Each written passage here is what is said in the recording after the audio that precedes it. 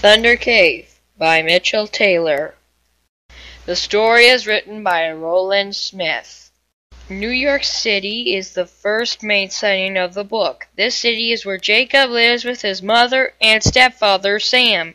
Jacob goes to school in New York and the family lives in an apartment. New York is located on the east coast of the United States. It has many tall buildings around the city. People use bus, taxis, or subway to get around the city because it is very crowded. Many people live in the apartments because there isn't rooms or for houses with yards. If you want to play on the grass, you need to visit the neighborhood park to run and play. Kenya is the second setting of the story. Jacob travels to Kenya to live with his father. They live in a tent where Dr. Landis is doing field research on elephants. It's located on the equator, which means that the climate is warm and humid. It also borders the Indian Ocean on the southeast. The country has areas of desert and snow-capped mountains. Kenya is famous for wildlife reserves and national parks. Much of Kenya is difficult to get to because of the lack of roads. Many people in Kenya farm and they export tea and coffee. The main character is Jacob. He is an 11-year-old boy who lives with his stepfather and mother in New York City. After his mother dies, he wants to live with his father in Africa. His stepfather plans to ship him to Nebraska to live with his relatives. Sapit is a Maasai who saves Jacob from near death in the wilderness of Kenya. The two become friends and travel along toward Jacob's father's camp. Along the way, Jacob learns many lessons from Sapit that helps him survive traveling through Kenya. Dr. Lanza is a field biologist who studies elephants in Kenya. He thinks elephants are almost like people. He is against poaching elephants for ivory. He's Jacob's father. Donovan is the antagonist in the story. He is a man who leads a group of poachers that kills elephants for their tusks. He sells the ivory for lots of money. He will try to kill anyone who gets in their way of poaching elephants. Beth is Jacob's mother who dies when a car hits her while she is jogging around New York City.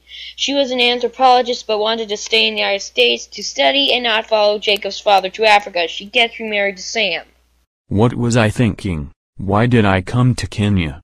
I could have been living with my cousin right now in Nebraska instead of running for my life trying to escape a brush fire. Jacob is an 11-year-old boy who lives in New York City with his mother and stepfather. One day his mother is hit by a car while she is jogging and she dies. Jacob's stepfather Sam plans to ship Jacob to Nebraska to live with his relatives.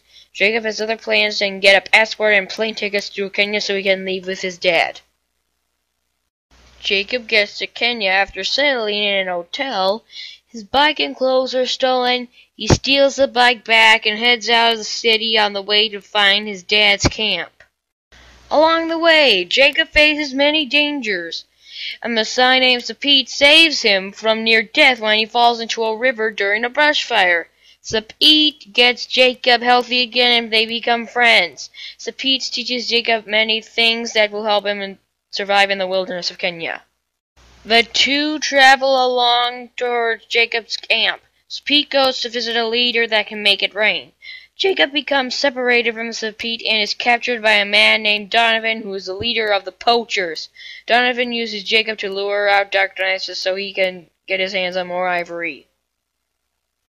Donovan ends up taking Jacob to help his men track down the elephants. The elephants end up in the same cave as Sapit. The elephants end up getting startled and kill all of Donovan's men. Jacob ends up helping the government capture Donovan and his men. Sapit and Jacob say goodbye. Go to the hospital where Jacob's father is recovered. Jacob and his dad move back to New York City. Jacob never forgets what Sapit taught him. All of the animals are running for the river to escape this fire.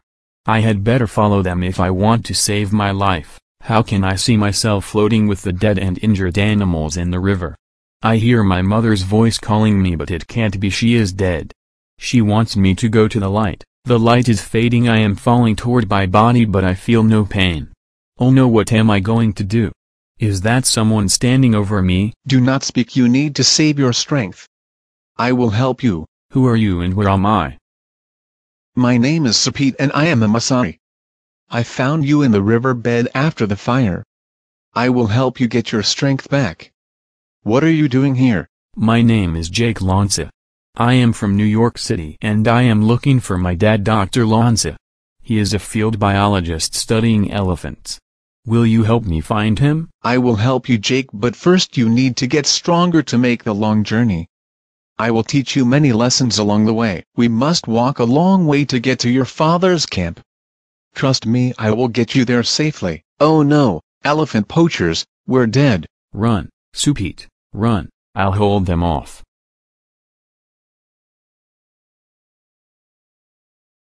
Hello, I am Donovan and I know who you are and what you are doing. I will not kill you, but if you do something that will interfect us, we will kill you. Get them, you idiots. He is escaping. That's to you.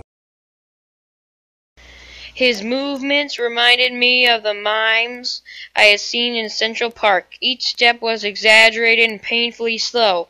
Sometimes he froze in mid-step, holding his leg up for several minutes before putting the foot gently on the ground. The closer he got to the zebras, the slower he went. Twice I took my eyes off him and had trouble finding him again. When he was 25 feet away from the zebras, they still gave no sign that they knew he was there. It was incredible. They swished their tails at flies and looked out over the savannah as if nothing were happening. I waited for Supete to rush in on them, but instead he moved even more slowly. In fact, the only way I could tell he was moving was by looking at the spot he had previously occupied. He literally inched his way toward them. I wonder how long it had taken him to perfect this technique. If Supete could make himself essentially invisible, he could do just about anything, including make it rain.